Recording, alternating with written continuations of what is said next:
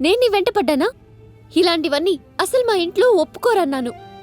నా love sincere, అన్నీ నేను చూసుకుంటానన్నావు. ఇప్పుడు అందరి ముందు నన్ను పిచ్చిదాన్లా చేసి నిలబెట్టావు. సరే, జరిగిందేదో జరిగిపోయింది. నువ్వు లేకుండా నేను ఉండలేను. పద, ఎక్కడికైనా వెళ్ళిపోదాం. తర్వాత అన్నీ అవే సర్దుకుంటాయి. రే, చెప్తుంది నీకే. నన్ను లేపుకుపోరంటున్నాను. అలా రాయిలా నిలబడతావేంట్రా?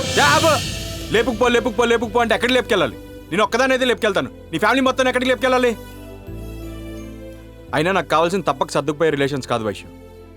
నేను చిన్నప్పటి నుంచి మిస్ అయిన ప్యూర్ రిలేషన్స్. ఒక పక్క నువ్వు, ఒక పక్క నీ ఫ్యామిలీ. ఈ రెండిట్లో ఏ ఒక్కటి లేకపోయినా రెండోది నాకొద్దు. నన్ను ఇలా మధ్యలో వదిలేస్తున్నావంటే నీ ప్రేమలో నిజం లేదు. నిజమైన ప్రేమ అంటే వెంటబడి ప్రేమించడం ఒకటే కాదు వైశ్యం.